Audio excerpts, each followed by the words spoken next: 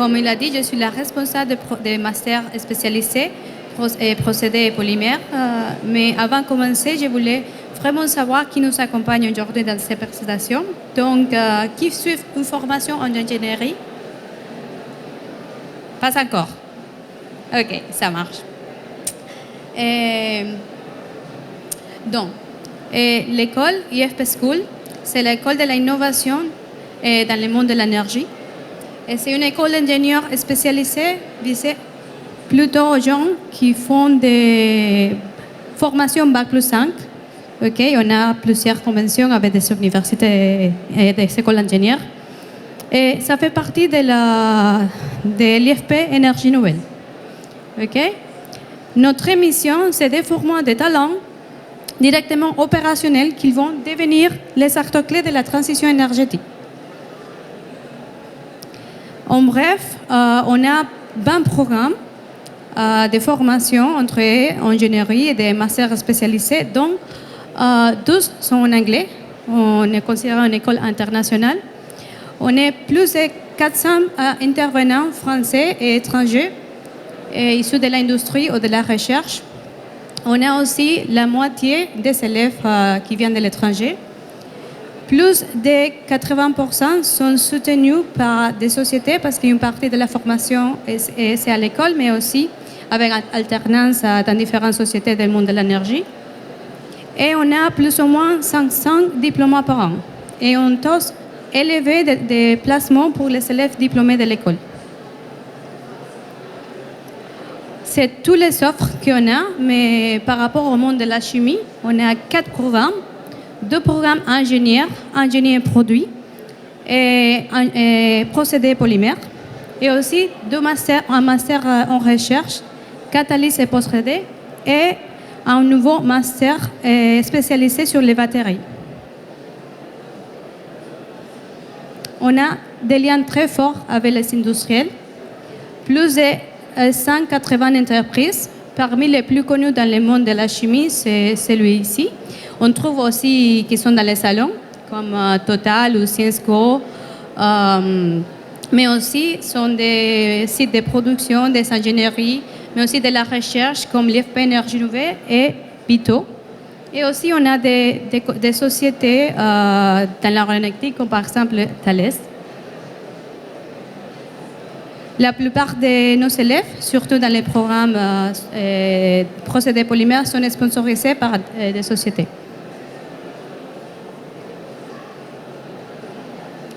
Bon, on va maintenant, qu'est-ce qu'on veut parler? Comment devenir un ingénieur procédé polymère et quelles sont les compétences pour booster ta carrière? Donc, notre élève vient la plupart des écoles d'ingénierie qui suivent un parcours en généraliste ou en génie de procédés, en génie chimie ou matériaux. Quelques écoles les plus communes où on reçoit des candidatures, c'est les INSA, Rouen ou l'INSIA 7, les INSIC, on a aussi quelques-unes de chimie Paris-Tech, les Polytechniques, CPE Lyon, entre autres. Quelques compétences techniques qu'on couvre dans notre programme, c'est par rapport à l'opération unitaire des équipements, qui on part sur la partie de dimensionnement, simulation dynamique et optimisation. C'est par rapport à tous les réacteurs, équipements de séparation et aussi pompes et échangeurs. On a aussi couvre toute la chaîne de procédés de fabrication industrielle, comment faire les monomères, les base chemicals, comment faire les polymères et comment les transformer. Sans oublier la partie que c'est très important de sécurité et opération d'exploitation. On part sur la gestion de risque, l'efficacité énergétique et comment faire aussi des troubleshooting. Et finalement, on intègre aussi la partie de développement durable. On fait analyse du cycle de vie, éco-design et aussi analyse techno-économie dans notre projet. Maintenant, les compétences transversales, parce que notre école, on se centre pas seulement dans le côté technique, mais aussi quel type de skills, quel type de compétences il faut avoir après quand vous sortez de l'école d'ingénieur. Donc, qu'est-ce que vous croyez sont les skills transversales plus communs avec quand vous sortez de l'école?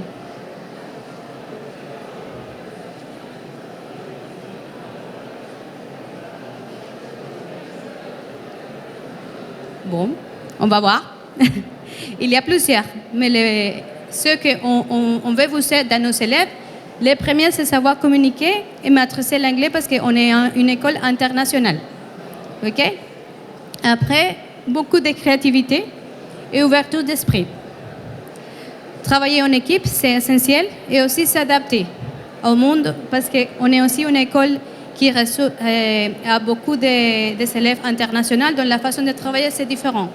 Donc, il faut s'adapter. Et finalement, tout ça pour savoir comment résoudre les problèmes.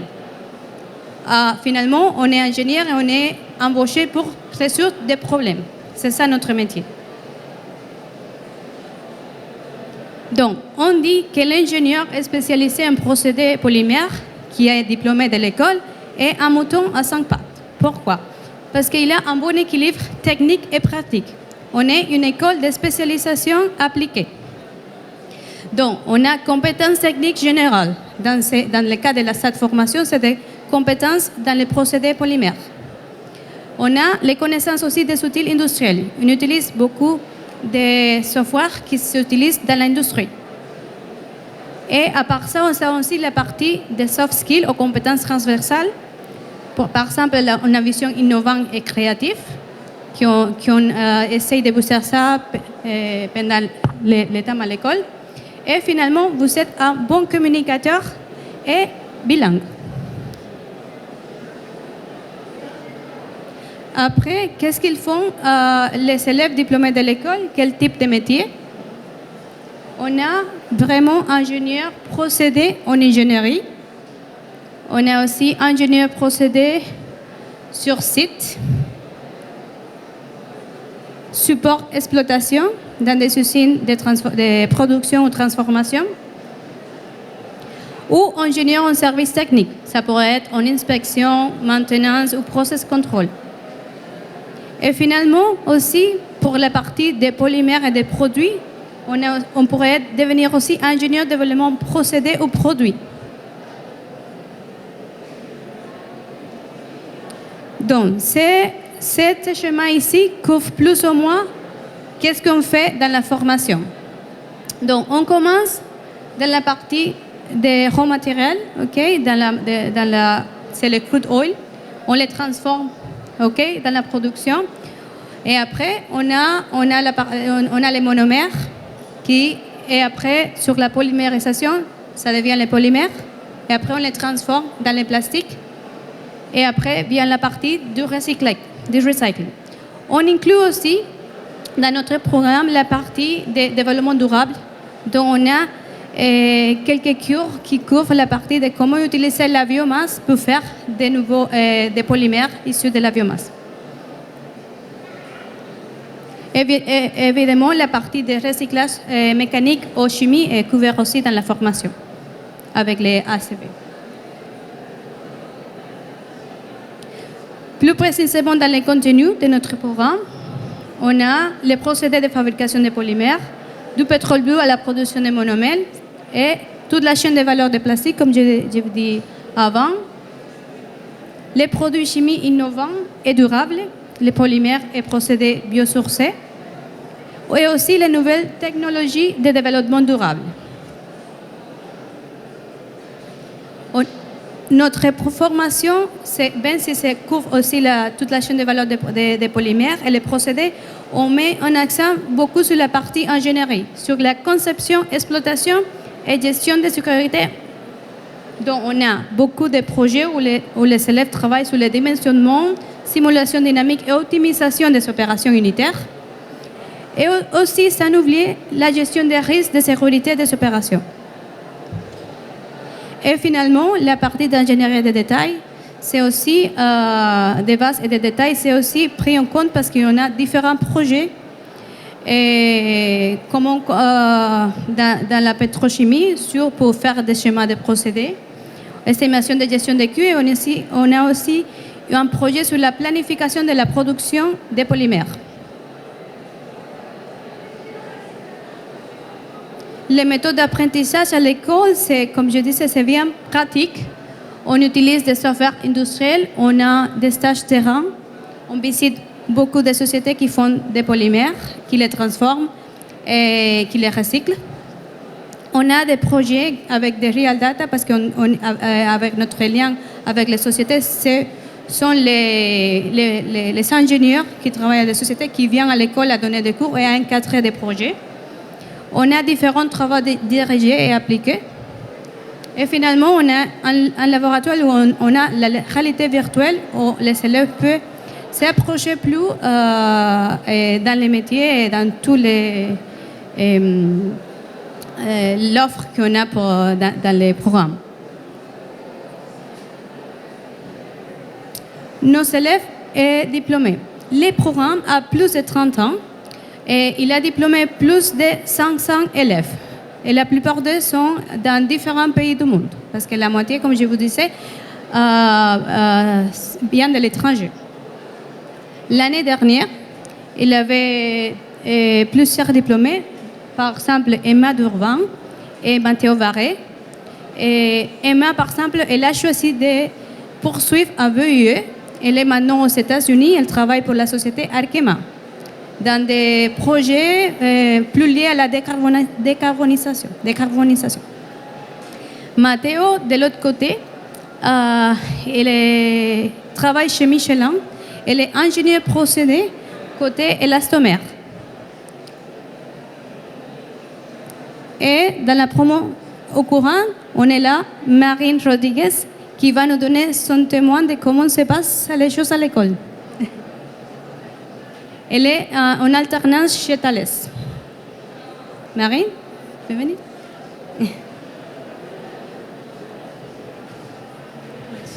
Merci. Donc moi, je suis ingénieur matériaux. J'ai fait la formation à l'ENSIA 7. Et suite à ça, j'ai basculé sur l'IFP School en poly. Avant ça, j'ai fait un DUT. Moi, à cette époque, c'était le DUT. GCGP. Et donc, de formation, je suis et génie procédés et matériaux. Et poly, donc c'est procédés et polymères. Donc on gardait les deux et la filière étant internationale, moi ça me faisait pratiquer l'anglais. À l'école je suis partie à l'étranger, je suis partie à Singapour, donc j'avais déjà commencé à pas mal pratiquer l'anglais et je voulais garder ça. L'école, donc beaucoup de pratiques, beaucoup d'industriels qui viennent nous faire les cours, pas des professeurs vraiment théoriques, tout ça, donc on met un pied vraiment plus terrain. Vous êtes peut-être pas encore en études sup, si? Vous êtes en études sup déjà ou ouais, en DUT, BUT? Licence, ouais. Donc ça reste du très théorique, j'imagine.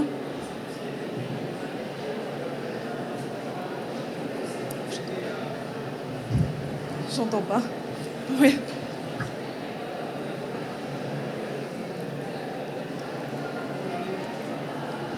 Dis-moi.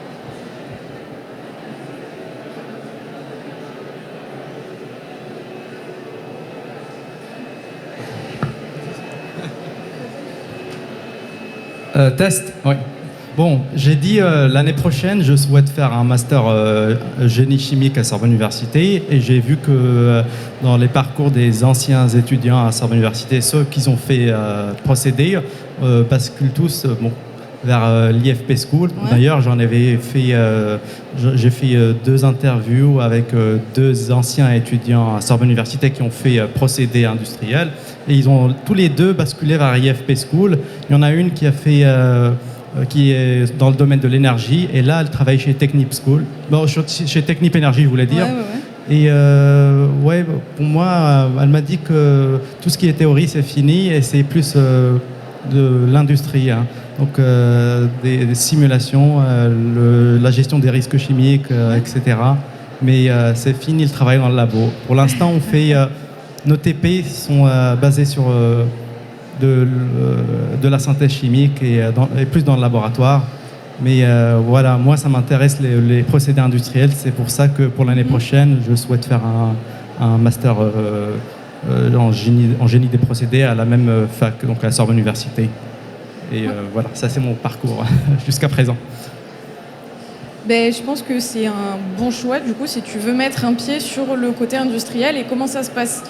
Personnellement, je ne suis pas trop concernée par cette marche-là parce que j'ai fait mon DUT et mon école d'ingé en alternance déjà. Donc là, vraiment, je continue sur le même chemin.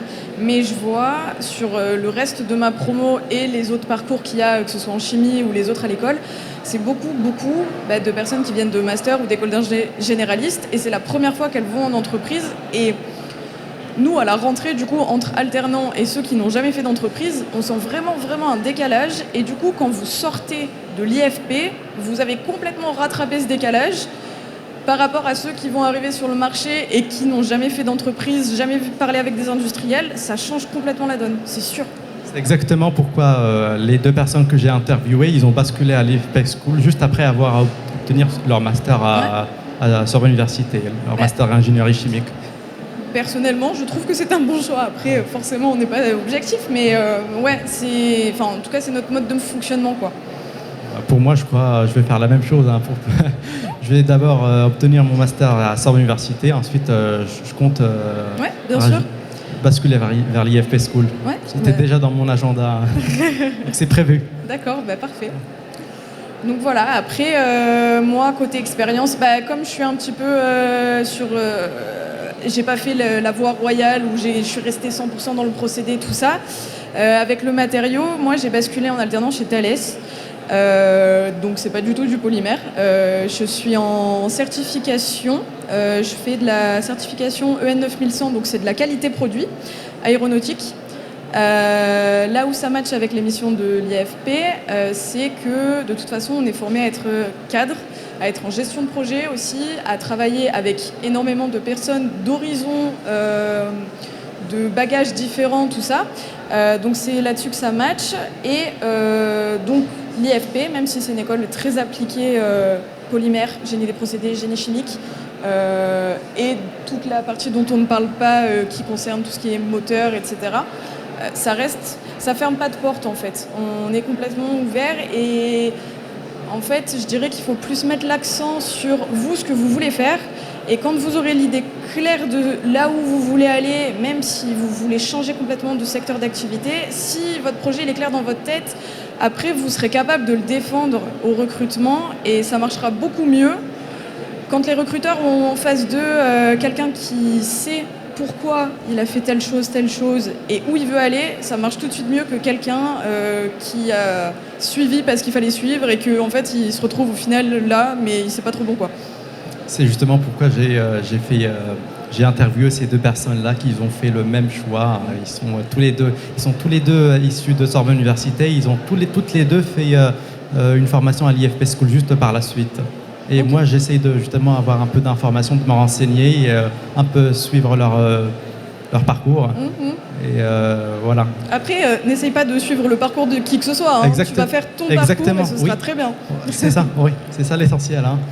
Mais oui, moi, ce que j'ai envie de faire, c'est procéder. Mais pour l'instant, dans quel domaine? Puisqu'il y en a un tas de domaines. On retrouvera partout. Tellement de domaines. C'est ça. Donc là, c'est plutôt pétrochimie, raffinerie, tout ça, mais traitement des eaux, pharmaceutique, cosmétique. Dès qu'il y a de la transformation de la matière, en général, même de l'agroalimentaire, tu peux trouver. Donc non, le champ est hyper large et je dirais, limite, peut-être essaye, alors je ne sais pas si vous avez des stages, tout ça, mais de tester peut-être plusieurs secteurs industriels et après tu vas voir ce qui te motive le plus aussi parce que aller travailler pour quelque chose qui te motive, ça change tout. Oui, c'est ça. Justement, pour les stages, vous avez mentionné juste avant, le seul stage que j'ai décroché, c'est un stage de polymère dans la même fac, donc dans un labo de polymère. Ouais. Et dans quelle entreprise il peut trouver d'emploi?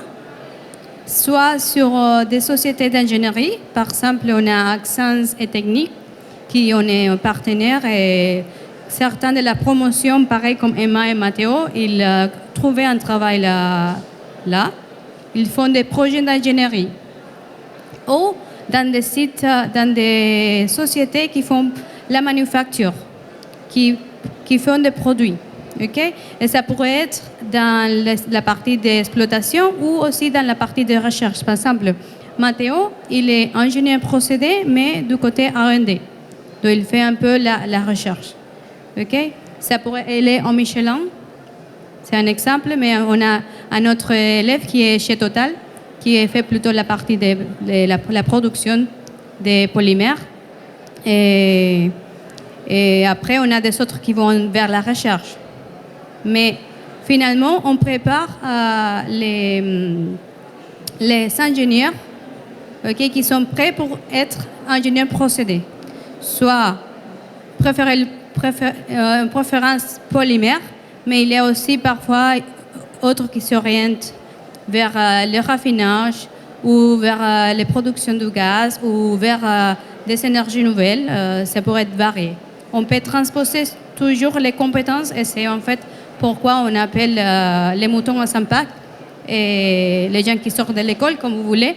Comme vous voyez, que j'ai dit que c'était... je vais les trouver rapidement. Et qu'il a des compétences, une balance entre théorique et pratique, mais des compétences techniques générales. Ça veut dire on a les connaissances, on sait comment appliquer, mais après, ça va dépendre des projets ou des cas ou de la chaîne de valeur où vous va travailler finalement. Pour finir, je vais revenir rapidement.